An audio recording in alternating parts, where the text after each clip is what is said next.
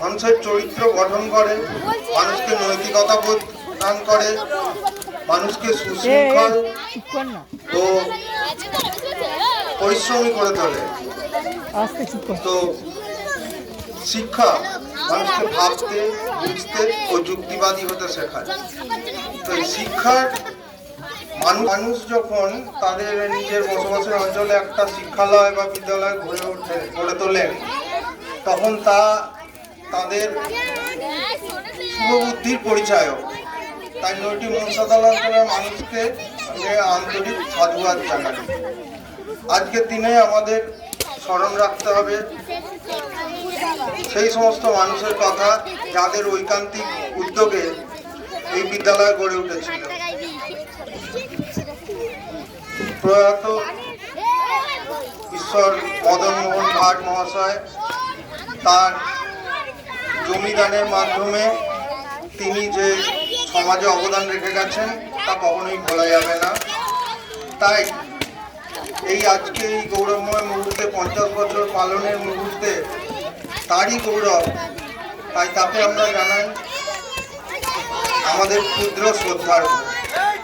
আরো মনে রাখতে হবে সেই সমস্ত মানুষদের কথা যারা বিদ্যালয়ের জন্মলগ্ন থেকে সঙ্গে থেকে বিদ্যালয়ের আজকের রূপ গ্রহণে সাহায্য করেছেন।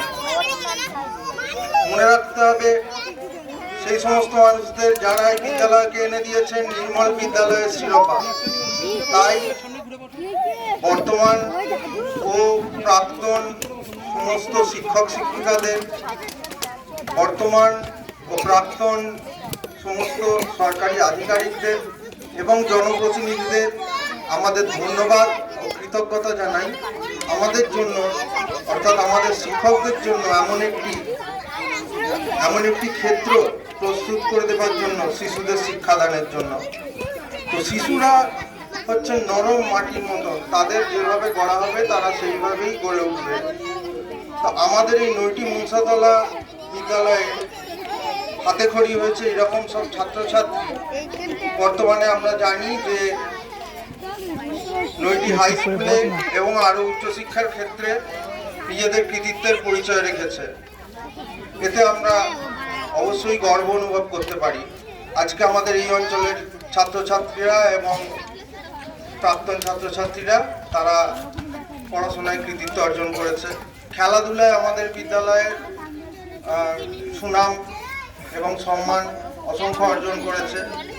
তো আশা করি এই একই ধারা বজায় রেখে, আমরা নিশ্চয়ই বলতে পারি যে একই ধারা ভবিষ্যতেও আমরা বহু কৃতি ছাত্রছাত্রী সমাজকে উপহার দিতে পারবো এবং এলাকার মানুষ এবং ঊর্ধ্বতন কর্তৃপক্ষের সহায়তায় আমরা এই কর্মকাণ্ডের অংশ হিসাবে এই বিদ্যালয়ের ইতিহাসে একটুখানি জায়গা করে নিতে পারবো। আর বর্তমানে এটাও বলবার যে শুধুমাত্র পড়াশোনা এবং খেলাধুলা ছাড়াও সরকার পোষিত বিদ্যালয় হিসাবে সরকারের নানা জনকল্যাণমূলক প্রকল্পগুলি, যেমন মিড ডে মিল, আরও নানা স্কলারশিপের টাকা, এই সমস্ত প্রকল্পের সুবিধাগুলি ছাত্রছাত্রীদের কাছে পৌঁছে দেওয়া, স্বাস্থ্য, পরিষ্কার পরিচ্ছন্নতা ও পরিবেশ সম্পর্কে সমাজে সচেতনতা গড়ে তোলার মাধ্যমে যেভাবে এই বিদ্যালয় এই সমাজের এক অপরিহার্য অঙ্গে পরিণত হয়েছে, আশা রাখবো ভবিষ্যতেও একইভাবে একই ধারায় নিজের ভূমিকা এই বিদ্যালয়ে পালন করে যেতে পারবে। এই কথা বলে আমার কথা শেষ করছি। নমস্কার, ধন্যবাদ।